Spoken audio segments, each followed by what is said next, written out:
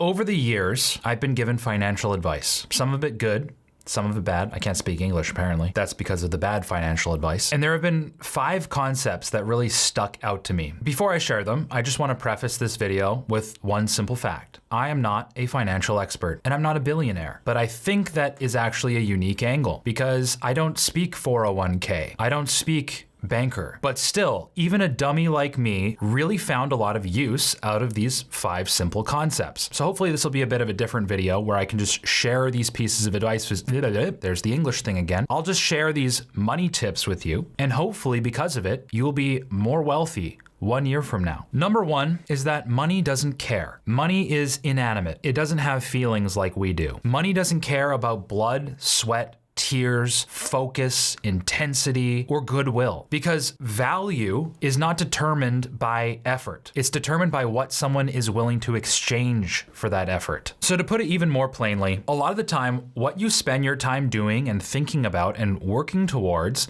simply isn't valuable to the market, right? It's not something that enough people are interested in. And that's okay. Not everything that you spend your time doing in life needs to be profitable. But if what you're doing is intended to make you money, then its value to the overall market and its demand is everything. For example, say you spent the past 7 years getting a psychology degree. Maybe you've learned that, this worked out for some people. It worked out for Dr. Phil. And say you've graduated and you're excited and you've really been enduring the slog of trying to put together a reliable client list. Maybe you have some, but you're really not making as much money as you thought you would. And maybe you've really given this a good go too. Maybe you've done everything right. Maybe it's been years of struggle. And maybe you start talking to a friend that you play hockey with, and he says that he has a job opening for somebody to help him with smart home installation, and it pays $50 an hour. It's 4 days a week, but it could be 5. It's from a reputable company, and they're looking for guys. Now, a lot of people in that position wouldn't even consider it. They would toy with the idea for a little bit, but they'd think to themselves, I've wanted to be a psychologist my entire life. I've been dreaming of it as a kid. I've told my friends and family, and they've really helped put money into my education. All of the effort, the blood, the sweat, and the tears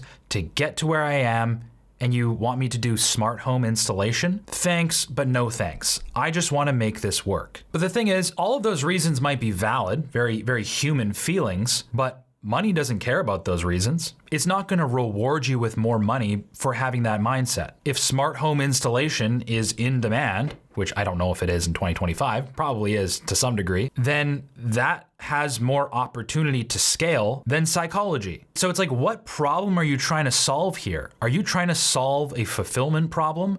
Or are you trying to solve a money problem? Be honest with yourself. If you're genuinely trying to solve a money problem, then you should follow the opportunity in a field that's in higher demand. And you need to be formless and egoless like water and just flow downstream to where the money is. Because that's how money thinks. All of these things like, I've always wanted to do this, or this is my passion, it's great, but sometimes it's not really. It isn't actually your passion. It's just an identity that you've held on to for security because you thought it was going to lead to success and fulfillment. And when it doesn't, at what point are you going to let go of that fantasy? Because there are a million ways to feel fulfilled and happy with your life. And a lot of that, to be honest with you, is finding confidence within yourself to be able to take risks, to say that I have your back, me. Is it really your passion or just your pacifier? Came up with that on the spot. Probably doesn't even make sense. Number 2, find your buyer. Remember when you were in high school and you were looking for jobs because you were broke and you wanted to buy a hockey stick. Your mom probably found you a job because somebody needed some kid like you, and you just said, okay, maybe reluctantly, but you just went and did it because it was a job. Or maybe your parents made you go on Indeed, back when online job hunting actually worked. When you're in high school, you have a completely different mindset towards things. You start looking at job postings, seeing who needs work, and then you ask yourself, how can I contort myself into this position so that they hire me? How do I form myself in such a way that I meet the needs and win this opportunity? That is the perfect mindset to have when it comes to money. See, what a lot of people do is they do the exact opposite. They work a job 9 to 5. If they're lucky to be full-time employed, maybe they work casual jobs and they think to themselves, how do I make more money? Should I start a side hustle? Should I start a small business? And then they ask themselves very naturally, what can I sell? Should I invent something? What am I good at? What do I do? They consult themselves to try to figure out if there's something they can come up with or some idea they can have, some eureka moment, a business idea that will make them millions of dollars. Almost everybody does this, especially if you have entrepreneurial instincts. But what I'm telling you is that's the wrong question to ask, because you are acting as a seller and you're asking yourself, what do I want to do? But in reality, the market is screaming at you. There are opportunities everywhere. People are buying things all the time. They're interested in buying things that you're probably not interested or capable of selling, but you can be. This is what it means to have a find your buyer mindset. And this doesn't just apply to small business, right? It applies to any opportunity, any job posting. They need a certain type of person that you can become. You can equip yourself with the skills necessary to meet their criteria. Will this lead to the most happiness and satisfaction you'll ever have? Maybe. Maybe not, but we're talking about money here and getting more money. In a very paradoxical sense, making more money is often about being more selfless rather than selfish, so that you can be selfish and get more money. Being selfish and narcissistic and asking yourself, oh, what do I really want to do? What do I really want to sell? Oh, it'd be cool if I could just draw these pictures and people buy them for $30. Maybe if I make this little wood knickknack and it's really fancy and I go to a fair and I try to sell it and maybe people will be interested. It's like you're doing this process in reverse. Stop consulting yourself about what you want to do.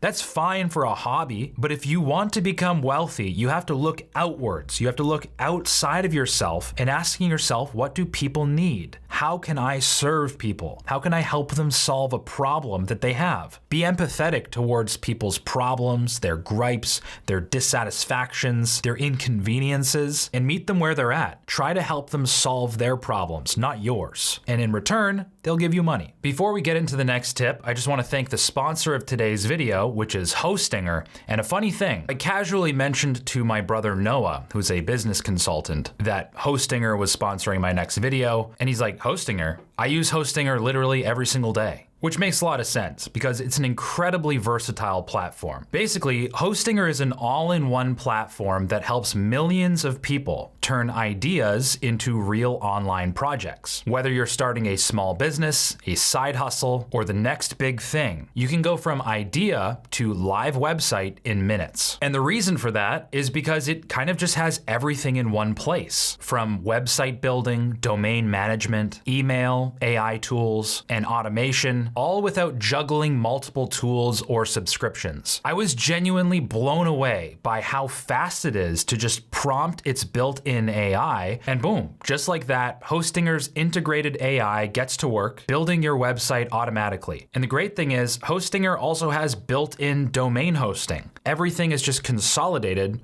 on the Hostinger dashboard. They also have extremely accessible pricing. So you get a top tier performance and user experience at a price that actually makes sense for someone starting out. So if you've always had this idea that you've wanted to start a side hustle or a business or any kind of online project, it helps you turn one day into day one. You can make today your day one by going to hostinger.com/betterideas or scan the QR code that you're seeing on the screen right now. They have a sale going on right now, and if you use my code at checkout, which is Better Ideas, you get an additional 10% off. So make sure to take advantage of that incredible offer. Go to hostinger.com/betterideas and use the code BetterIdeas at checkout or scan the QR code. And thanks again to Hostinger for sponsoring this video. Number 3, you have to spend money to save money. So we're gonna switch gears a little bit with this one. This is a bit more tactical than strategical. I don't know if you've ever played chess, but this is sort of like a tactic, a little fork or a pin, a skewer. So I don't know if anybody else's mom is like this. I think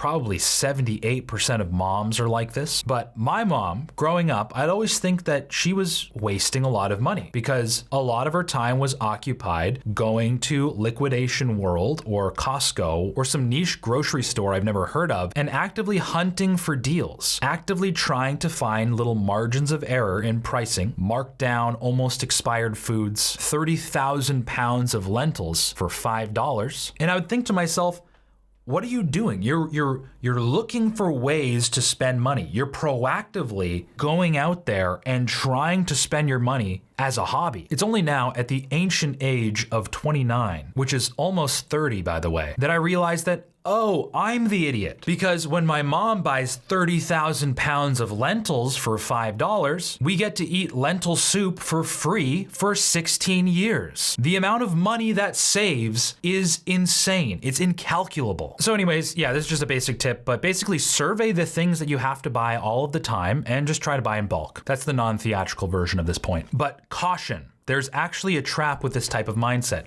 Now that I've told you that, you might be thinking to yourself, wow, I spend $5 on coffee every single day, and I've always wanted to buy this $2,000 Nespresso machine. That way I can make coffee at home and save some money. But that's also very stupid because 2,000 divided by 5 is 400. And Nespresso pods on Amazon, off-brand, are nearly $50 Canadian. Actually, that does kind of save you money. After you pay it off, that is actually kind of cheaper. But no, if you buy the $2,000 Nespresso machine, it'll just sit there. You'll make Nespresso sometimes, but you'll still also just go to Starbucks. So you just kind of spent money on two different things. So it's not an excuse to like, oh, actively spend money on the shiny thing. Try to actually save your money and don't be a dum-dum. Actually, that does kind of save you money. Okay, tip number 4, it's not as bad as you think. And by it, I mean your financial situation. It's never as bad as you think. See, if you happen to be in a rough situation financially and it brings you a lot of stress, you don't even want to open your bank account because it's too painful, then you know that your situation is bad even if you don't open your bank account. The heavy weight of your poor finances infects your subconscious. But it's that very fact that makes your bad financial situation worse in your head. Because so many people I talk to, especially where I live in British Columbia, Canada, on average, people have terrible finances because our province is broken. The numbers don't add up. But even still, even in BC, Canada, a lot of people I talk to, when we start talking about finances, will just say, yeah, I'm like, I'm totally screwed financially. I don't even want to open up my bank account. But the thing is, I have also had a lot of these same thoughts, and my finances became a monster in my head. You think like, yeah, I'm screwed. I don't know what to do. Luckily, when I talked to my brother Noah, who was a banker for 7 years, is now a business consultant. This is not an ad for Noah. He would say, open it up. Let's check the bank account. Let's just peel the Band-Aid off and stare into the void. And almost every single time you confront it, he says, oh, no, it's not that bad. You just do this and this and that. You need to stop paying for this, blah, blah, blah, blah. It's always going to be worse in your head, right? If it exists purely in your head as this thing that's anchoring you and bringing you dread, of course it's going to be bad.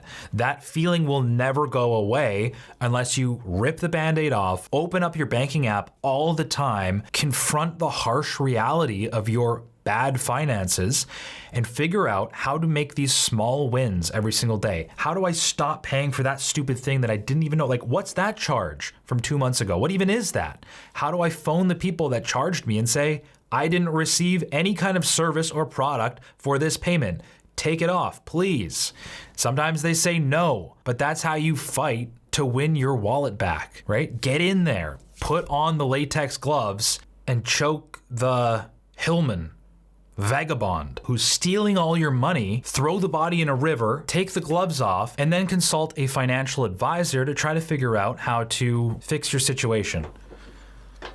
Okay, the 5th and final point is don't try to solve $10,000 problems with $10 solutions. So many of us have $10,000 problems. Some of us even $100,000 problems. And you might look up a YouTube video and see somebody recommending canceling your Netflix subscription and your Hulu Plus subscription and stop buying Starbucks every day. And that's good advice, generally, just from a financial hygiene perspective, but that's not going to solve your problem. It's not going to undo your 2025 Toyota Tundra financing plan, and it's not going to make your $4,000 a month rent into $1,500 a month rent. See, let's pretend that you're paying for 2 jumbo storage units for $1,300 a month in the city of Surrey, British Columbia. I'm not sure who would do that.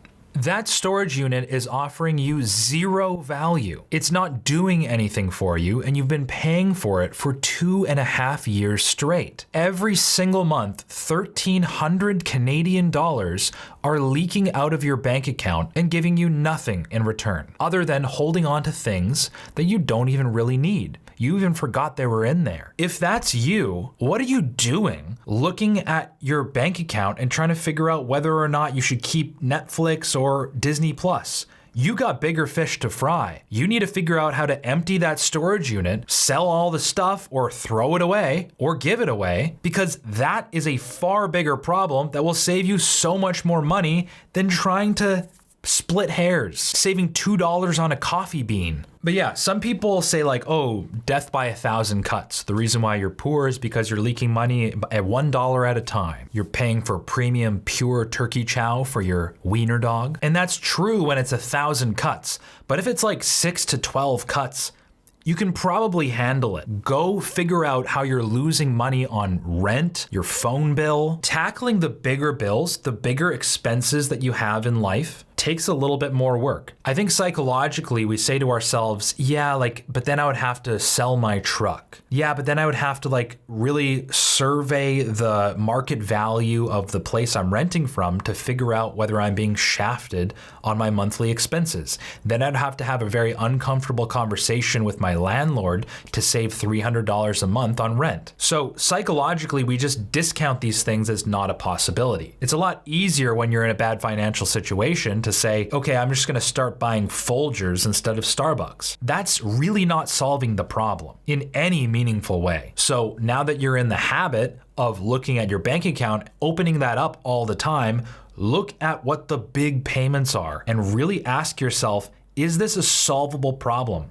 Can I save 10% on this payment? Because if it's a $1,300 a month payment, then 10% is $130. How many streaming service subscriptions do you have to cancel to get to $130? It's far more efficient to look at the big ticket items and figure out how to stop spending money on those and spend some actual time and focused attention to try to solve that problem. Look for alternatives. Maybe you have to move. Maybe you have to sell the car. But it's better than having this little on again, off again relationship with Hulu that doesn't do anything. Once you've solidified these big ass savings, then you can afford the luxury of splitting hairs on what kind of toilet paper brand will save you $3 a month. Anyways, hope you enjoyed the video and that it leads to copious amounts of wealth for you and your family and your grandmother Helen, who tragically stopped sending you $20 every Christmas.